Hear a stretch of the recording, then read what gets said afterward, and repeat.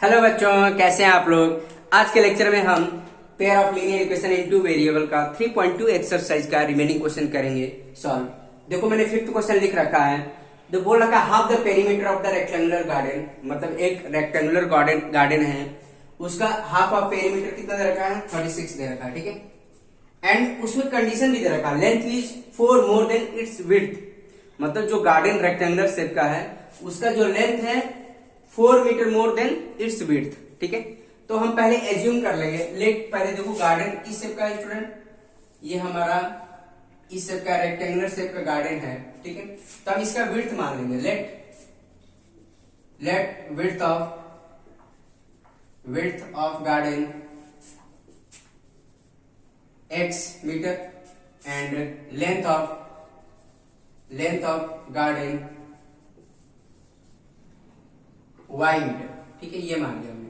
Clear है student. तो ये आ गया आपका x विड्थ हो गया और ये लेंथ हो गया। इतनी बात समझ में। तो ये गार्डन हमारा शेप का है, गार्डन है, और ये किस शेप का है स्टूडेंट, रेक्टेंगुलर फील्ड है। ठीक है। तो इसमें दो केसेस बनेंगे। ठीक है। क्यों हमने ऐसा माना, इसको वन वेरिएबल से भी किया जा सकता है, लेकिन यहाँ पर हम linear equation in two variable की बात कर रहे हैं, इसीलिए हमने x एंड y कंसिडर किया है। ठीक है। तो यहां पे देखो केस फर्स्ट बना लेंगे, केस फर्स्ट। ठीक है। यहां पे क्या बोल रखा है, जो लेंथ है, लेंथ वो 4 metre more than its width, मतलब लेंथ इक्वल टू जो है, length equal to 4 metre more than width, यही बोल रखा है। इतनी बात समझ में आ रही है स्टूडेंट। क्लियर है। लेंथ जो है 4 metre more than its width. तो लेंथ हमने कितना माना है स्टूडेंट, y। ठीक है। और तुम्हारा 4 और विड्थ कितना है, x हो जाएगा। क्लियर है स्टूडेंट। आई बस समझ में। तो ये इसको इधर लेके जाओ तो y माइनस एक्स या इतना ही रहने दो। ठीक है। एक इक्वेशन ये बन जाएगी। क्लियर है स्टूडेंट। आई बस समझ में। केस 2 बना लेंगे, केस टू। अब ये बोल रखा है हाफ द पेरीमीटर। ठीक है। पहले पेरीमीटर इसका निकालते हैं। तो ये y है तो ये भी y होगा, क्योंकि हमें पता है जो रेक्टेंगुलर गार्डन होता है जस्ट अपोजिट साइड आपस में इक्वल होती है। ठीक है। मतलब ये y होगा तो ये भी y होगा, ये x है तो ये भी x होगा। ठीक है। और आपको पता है वी नो दैट पेरीमीटर क्या होता है, सम ऑफ ऑल साइड्स। ठीक है।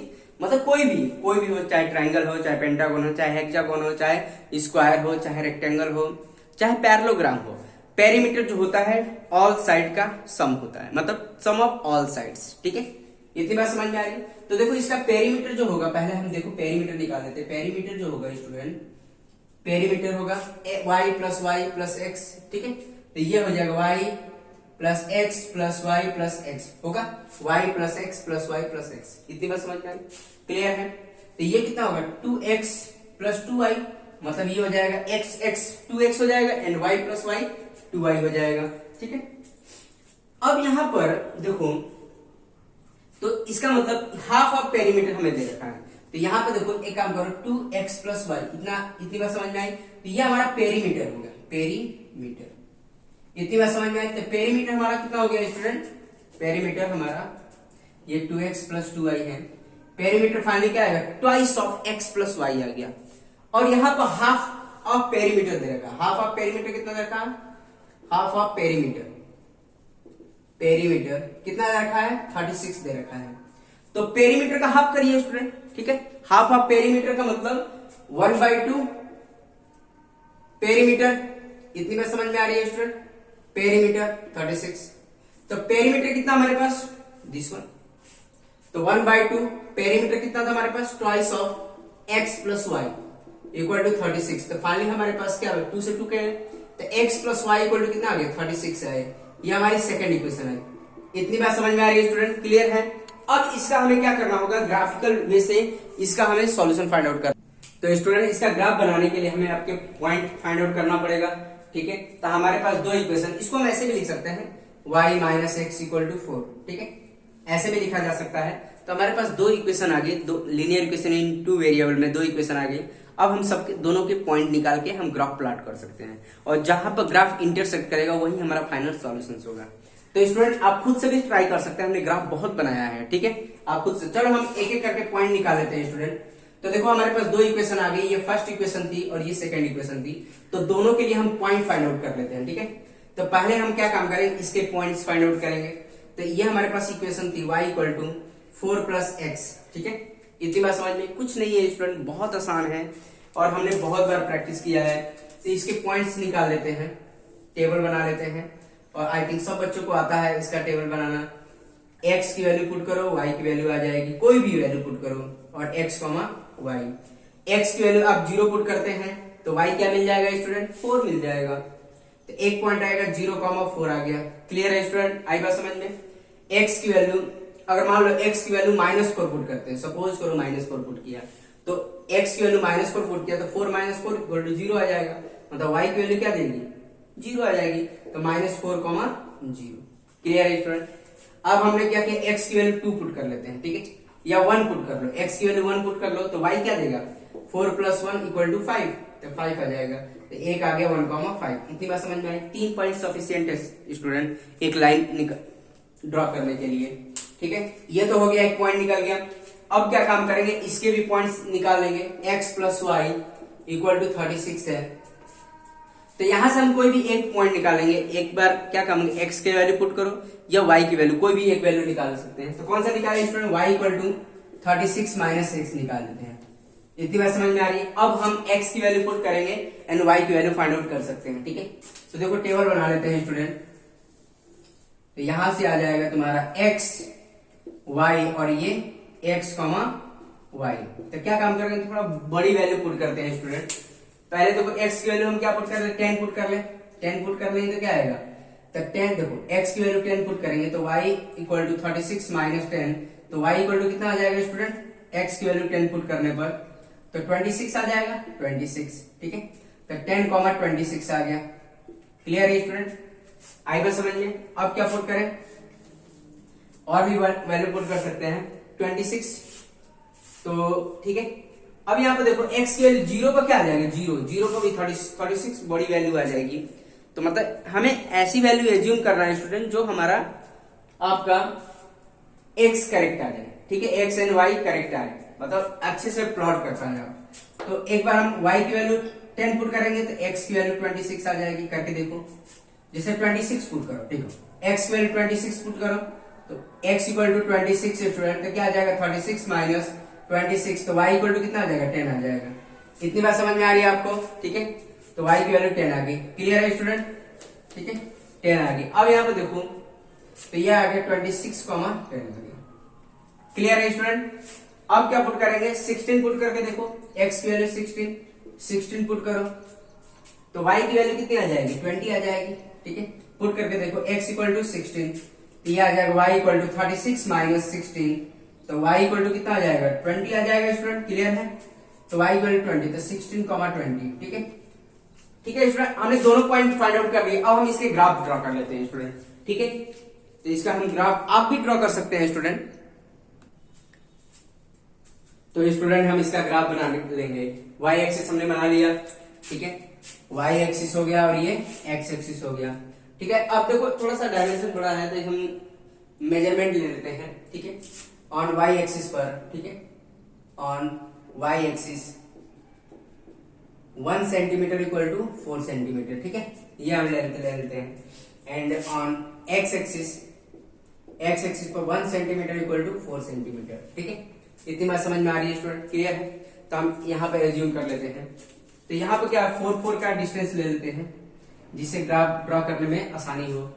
तो ये क्या आ जाएगा? 4, फिर क्या आएगा? 8 आ जाएगा, फिर 12 आ जाएगा, फिर आ जाएगा 16, फिर 20 आ जाएगा। ठीक है, फिर 24 आ जाएगा, फिर 28, 32।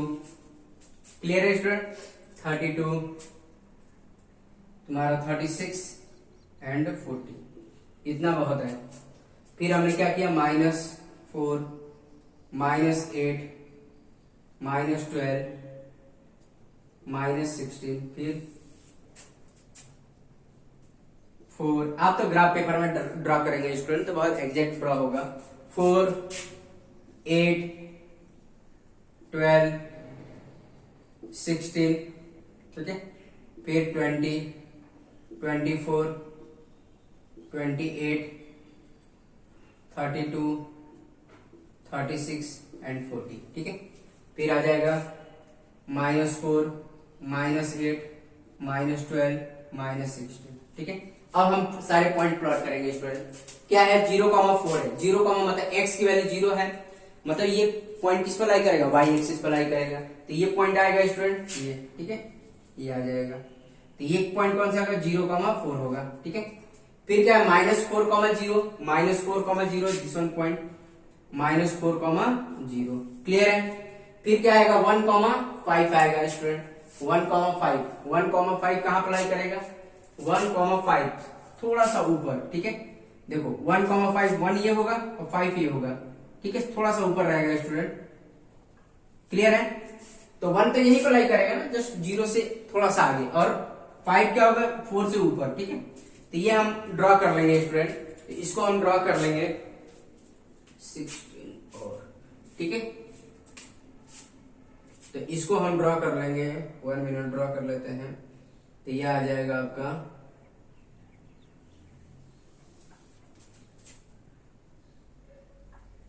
ये लाइन बनेगा स्टूडेंट। ठीक है, ये हमारा लाइन बन जाएगा, इसका नाम दे देंगे स्टूडेंट y = 4 + x, 4 + x हो जाएगा। ठीक है, ये हमारा नाम हो गया इसका।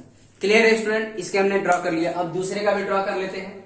ठीक है, दूसरे का भी ड्रॉ कर लेते हैं। ये क्या है, 20,10 है, 20, या 10, देखो 10,26, 10,26, इसको हम ड्रॉ कर लेते हैं। 10,26 कहां पड़ेगा स्टूडेंट, 10x की वैल्यू 10,26 यहां पर पड़ेगा, जस्ट इसकी मिडिल वाली वैल्यू 10, ये 10 होगा, ये क्या होगा, 10 होगा स्टूडेंट, और 26 कहां पड़ेगा, जस्ट इसकी मिडिल वाली वैल्यू 26। ठीक है, ये आ जाएगा, तो इसको हम पॉइंट ड्रॉ कर लेंगे ऐसे, और एक आ जाएगा तुम्हारा ऐसे। तो आप एग्जैक्ट ग्राफ पेपर में ड्रॉ कर सकते हैं स्टूडेंट। ठीक है, ये आ जाएगा पॉइंट, तो इसको हटा देते हैं हम, पॉइंट हमने लिख लिया, तो ये आ जाएगा आपका 10,26। ठीक है, 26 आ गया ये पॉइंट। और कौन सा पॉइंट है, 26,10, 10 कहां अप्लाई करेगा, इसके मिडिल में अप्लाई करेगा। 26 कहां अप्लाई करेगा स्टूडेंट, 24 एंड दिस वन, तो इसको हम ड्रॉ कर लेंगे, ये एक पॉइंट आ जाएगा। ठीक है, ये एक पॉइंट आ गया स्टूडेंट। ठीक है, और नेक्स्ट कौन सा, ये कौन सा पॉइंट है, 26,10 आ गया। ठीक है, 10 यहीं पर आएगा। अब कौन सा पॉइंट है, 16,20, 16,20, तो 16,20, 20 तो ये रहा स्टूडेंट, और 16 ये रहा। ठीक है, तो ये वाला पॉइंट आ जाएगा आपका, तो इसको हम सारे पॉइंट को ज्वाइन कर सकते हैं स्टूडेंट। ठीक है, सारे पॉइंट को ज्वाइन कर सकते हैं। तो देखो स्टूडेंट, सारे पॉइंट को ज्वाइन कर लेते हैं। थोड़ा इधर उधर पॉइंट हो गया है, तो आपको ध्यान देना होगा, अच्छे से पॉइंट ड्रॉ कर लें। ठीक है, थोड़ा सा आप स्केल से एग्जैक्ट ड्रॉ करेंगे तो अच्छे से ड्रॉ होगा स्टूडेंट। तो ठीक है, अब इस सारे को ज्वाइन कर लो स्टूडेंट। तो सारे को ज्वाइन करेंगे तो हमारा फाइनली आ जाएगा, इसको ज्वाइन कर लेते हैं, तो ये आ गया, ये लाइन बनेगा स्टूडेंट। ठीक है, ये बनेगा। ठीक है, एग्जैक्ट बनना चाहिए ग्राफ। ठीक है, तो ये लाइन बनेगा, आप स्केल से ड्रॉ करेंगे स्टूडेंट तो एग्जैक्ट बनेगा लाइन। तो ये लाइन बनेगा, और ये लाइन किस पर इंटरसेक्ट कर रहा है स्टूडेंट, 16,20 पर। तो क्या आ जाएगा, 16,20 पर आ जाएगा। ठीक है, आई बात समझ में स्टूडेंट, क्लियर है। तो ये हमारा फाइनल आंसर हो गया। ये क्या है, x है 16,20 पर। ठीक है, तो 16 आ गया ये, और 20 ये आ गया, ये x हो गया, ये y हो गया। क्लियर है स्टूडेंट। तो x हमने क्या यूज किया था, रेक्टेंगुलर, अगर हमने रेक्टेंगल बनाया था, रेक्टेंगुलर गार्डन था हमारा, तो हमारा x क्या था हमारे पास, ये था, विड्थ था, एंड लेंथ क्या था हमारे पास, y था। ठीक है, तो y इक्वल टू कितना हो गया, 20 हो गया, 20 मीटर लेंथ हो गया, और विड्थ जो होगा स्टूडेंट कितना हो जाएगा इसका, 16 मीटर हो जाएगा। ठीक है, तो जो हमने रेक्टेंगुलर गार्डन माना था, रेक्टेंगुलर गार्डन, तो उसकी विड्थ जो होगी उसकी कितनी होगी, तुम्हारी 16 मीटर होगी, और जो लेंथ होगा हमारा वो कितना होगा, 20 मीटर होगा। इतनी बात समझ में आ रही है। तो देयरफॉर हम उसके डायमेंशन फाइंड आउट कर लिए। तो डायमेंशन क्या हो जाएगा, लेंथ इक्वल टू, यहाँ पर therefore length equal to 20 metre and width equal to 16 metre. इतनी बात समझ में आ रही है स्टूडेंट? फाइनल हमारा आंसर ये हो गया, ठीक है। आई थिंक सब बच्चों को समझ में आ गया। अब नेक्स्ट क्वेश्चन देख लेते हैं स्टूडेंट, नेक्स्ट क्वेश्चन कर लेते हैं। तो आपका ये 6 क्वेश्चन है, ये बताना है गिव द लीनियर इक्वेशंस, ठीक है। यह हमारे पास एक लीनियर इक्वेशन इन 2 वेरिएबल दे रखा है। Right the another linear equations in 2 variable such that geometrical representations of pair of form is, मतलब हमें एक ऐसे लीनियर इक्वेशंस बनानी है सबके लिए, इंटरसेक्टिंग लाइन के लिए, मतलब इससे कंपेयर करके, ठीक है। तो आपको खुद से एग्जांपल सोच के लिखना होगा वो कौन सी लीनियर इक्वेशंस होगी, ठीक है। पैरेलल हो जाए, मतलब इंटरसेक्टिंग का मतलब ये वाली कंडीशन, इंटरसेक्टिंग का मतलब ये इंटरसेक्ट करे, ठीक है। इतनी बात समझ में आ रही है स्टूडेंट? क्लियर है? और इसके लिए रेशियो क्या होता है student? A1/A2 not equal to B1/B2। इतनी बात समझ में आ रही है स्टूडेंट? तो ये ऐसे एग्जाम्पल आपको कंसिडर सोचना पड़ेगा। पैरेलल के लिए क्या हो जाएगा स्टूडेंट? पैरेलल लाइन के लिए 2 पैरेलल लाइन है, तो उस केस में क्या होगा? A1/A2 B1/B2 एंड C1/C2 ये नॉट इक्वल टू। इतनी बात समझ में? तो ऐसे आपको एग्जाम्पल सोच के लिखना होगा। ये एक दे रखा है, हमें एक ही लिखना है, ठीक है। इतनी बात समझ में आ रही है स्टूडेंट? क्लियर है? कोइंसाइडेंट के लिए मतलब इसका मतलब क्या होगा? ओवरलैप करना, एक के ऊपर एक ओवरलैप कर रही है। तो कंडीशन क्या थी आपकी स्टूडेंट? तो ये था यहाँ पर अगर ओवरलैप कर रही है तो ये कंडीशन क्या थी? A1/A2 B1/B2 एंड C1/C2, मतलब तीनों रेशियो आपस में क्या होंगे? इक्वल होंगे स्टूडेंट। क्लियर है? तो ऐसे चलो एग्जाम्पल सोच के लिखते हैं, ठीक है। आपको ये ऑलरेडी पहले से पता होगा, ठीक है। तो एग्जाम्पल लिखना पड़ेगा। तो यहां पर देखो स्टूडेंट, जैसे हमारे पास क्या है? 2x + 3y - 8 = 0। तो यहां पर कोई भी एक एग्जाम्पल लिख सकते हैं आप, ठीक है। जैसे मैं एक एग्जाम्पल लिख दिया, एंड 3x + 6y + 9 = 0, ठीक है। तो यहां पर देखो ये हमें बैलेंस करके देखना पड़ेगा। A1/A2, ठीक है, A1/A2 not equal to B1/B2 आना चाहिए इसमें, ठीक है। तो देखो स्टूडेंट हम देख लेते हैं इसमें तो कंडीशन सही है या नहीं है। देखो ये क्या है? हमारा A1 का काम कर रहा है, B1 का, ये तुम्हारा A2 का काम कर रहा है, ठीक है। ये B1 और ये B2, ये C1 और ये C2। तो इसमें रेशियो फाइंड आउट करके देख लेते हैं स्टूडेंट। तो ये क्या है? A1/A2 देखो कितना आ रहा है? 2/3 आ रहा है, 2/3। B1/B2 देखो स्टूडेंट, B1/B2 कितना आ रहा? मतलब 3/6, मतलब 1/2 आ रहा। तो देखो यहाँ पर रेशियो इक्वल कहाँ आ रहा है? इनकी हेल्प से हम कह सकते हैं A1/A2 not equal to B1/B2 आ रहा। इतनी बात समझ में आ रही है स्टूडेंट? तो मतलब ये जो हमने एग्जांपल कंसीडर किया है, सच the geometrical representation, the pair बना लिया हमने, तो ये पेयर एग्जिस्ट करेगा इसके लिए, ठीक है। किसके लिए? इंटरसेक्टिंग लाइन के लिए, और जो हमें कंडीशन दे रखा है, ठीक है। तो ये हमारा पेयर एग्जिस्ट करेगा। क्लियर है स्टूडेंट? आई बात समझ में? सेम इसके लिए भी आप बना सकते हैं, तो आप खुद से भी बना सकते हैं स्टूडेंट, कोशिश करके देखिए।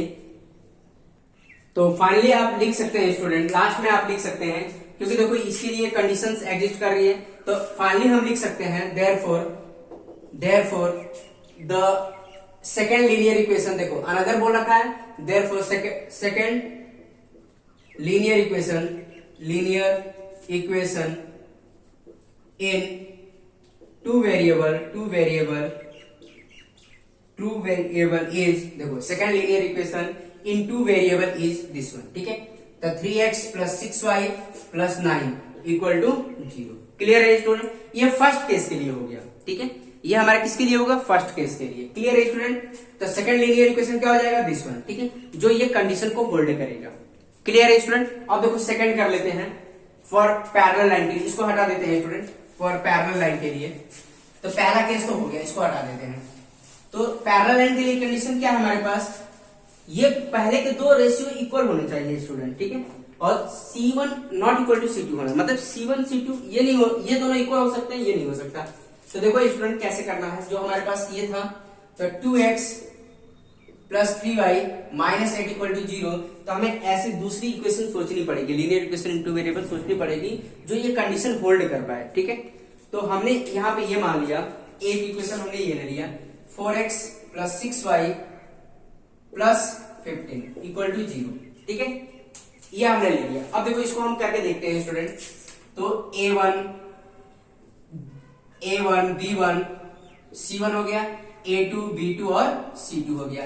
अब यहाँ पे देखो A1 बाई A2 कितना आ रहा है स्टूडेंट, 2/4 मतलब 1/2 देगा ये, ठीक है। B1 बाई B2 देखो, B1 बाई B2 क्या देगा, 3/6 मतलब 3/6 क्या हो गया, 1/2 हो गया। एंड C1 बाई C2 क्या दे रहा है हमारा, -8/15 तो देखो यहाँ पर हमें यहाँ पर देखने पे ये मिल रहा है A1 by A2 and B1 by B2 तो इक्वल है, but C1 by C2 equal नहीं है। तो हमने यहाँ पे ये देखा कि ये दोनों तो इक्वल है, ये दोनों तो इक्वल है स्टूडेंट, ठीक है। इसको हटा देते हैं। तो हमारे पास ये दोनों तो इक्वल है बट ये इक्वल नहीं है, ठीक है। तो फाइनली हम कह सकते हैं, फाइनली स्टूडेंट हम कह सकते हैं यहां पर A1 by A2 equal to B1 by B2 not equal to C1 by C2, ठीक है। इतनी बात समझ में आ रही है, क्लियर है। तो देयरफॉर, तो हम कह सकते हैं फाइनली देयरफॉर, यहां पे इसके बाद कह सकते हैं therefore the second linear equation in two variable is this one, 4x plus 6y plus 15 equal to 0। Clear है स्टूडेंट, या मन कुछ भी हो सकता है, जरूरी नहीं कि केवल यही हो, कुछ भी अपने मन से बना सकते हैं, बट ये वाली कंडीशन होल्ड करनी पड़ेगी आपको। आई बस समझ में, तभी वो सेकंड वाली इक्वेशन होगी। क्लियर है स्टूडेंट, आई बस समझ में लिख लोगे आप लोग। और देखो लास्ट वाला भी कर लेते हैं स्टूडेंट। देखो लास्ट कौन सा है, ओवरलैपिंग का केस है, मतलब दोनों इक्वेशन क्या होनी चाहिए, ओवरलैप होना चाहिए, मतलब एक के ऊपर एक ओवरलैप होना चाहिए, मतलब रेशियो तीनों इक्वल होना चाहिए। आई बात समझ में स्टूडेंट। तो देखो हम सोच के लिखते हैं, तो ये क्या है, 2x 3y -8 इक्वल टू 0, ये हमारे पास इक्वेशन है। तो हमें एक ऐसी इक्वेशन सोचनी पड़ेगी जो ओवरलैपिंग का केस है, ठीक है। तो यहाँ पे देखो मैंने यहाँ पे ये सोच लिया कि जैसे 4x plus 6y -16 equal to 0, हमने ये मान लिया, ठीक है स्टूडेंट। तो देखो इसको कंपेयर करके देखते हैं, ये वाला जो रिलेशन है ये होल्ड कर पा रहा है कि नहीं, ये जो हमने इक्वेशन कंसीडर किया ये होल्ड कर पा रहा है या नहीं कर पा रहा। तो देखो यहाँ पर A1 B1 and C1, A2 B2 and C2। तो देखो A1 बाई A2 निकालो स्टूडेंट, A1 बाई A2 क्या देगा, 2/4 देगा, मतलब 1/2 देगा। अब देखो B1 बाई B2 क्या देगा स्टूडेंट, B1 बाई B2 3/6 मतलब 1/2 देगा ये भी। और ये C1 बाई C2 क्या देगा, -8 बाई -16 क्या देगा स्टूडेंट, 1/2 देगा। तो हमने यहाँ पे ये देखा तीनों रेशियो आपस में प्रोपोर्शनल आ रहे हैं, मतलब तीनों इक्वल आ रहे हैं। इसका मतलब ये है ये आपस में क्या आ रहा है, इक्वल आ रहा है। मतलब हम कह सकते हैं finally A1 by A2 equal to B1 by B2 equal to C1 by C2, ये सारे रेशियो आपस में इक्वल आ रहे हैं। तो ये जब कंडीशन होल्ड होगी तो हम कह सकते हैं ये दोनों आपस में लाइन ओवरलैप करेंगे, एक के ऊपर एक ओवरलैप करेंगे स्टूडेंट, ऐसी, ठीक है। तो इसका मतलब ये होगा देयरफॉर, ठीक है, देयरफॉर सेकंड अनदर बोला का ऐसा लिखो, therefore another linear equation in two variable is this one, 4x plus 6y minus 16 equal to 0। तो ये हमारी दूसरी इक्वेशन होगी, ठीक है। तीनों केस हमने अभी आपको समझा दिया। क्लियर है स्टूडेंट, आई थिंक आप लोग कर पाएंगे, ठीक है स्टूडेंट। तो आज के लेक्चर में हम इतना ही रहने देंगे, अब नेक्स्ट लेक्चर में जो रिमेनिंग क्वेश्चन बच गए उसकी हम प्रैक्टिस कर लेंगे स्टूडेंट, ठीक है स्टूडेंट। आज के लिए इतने, ओके, थैंक यू।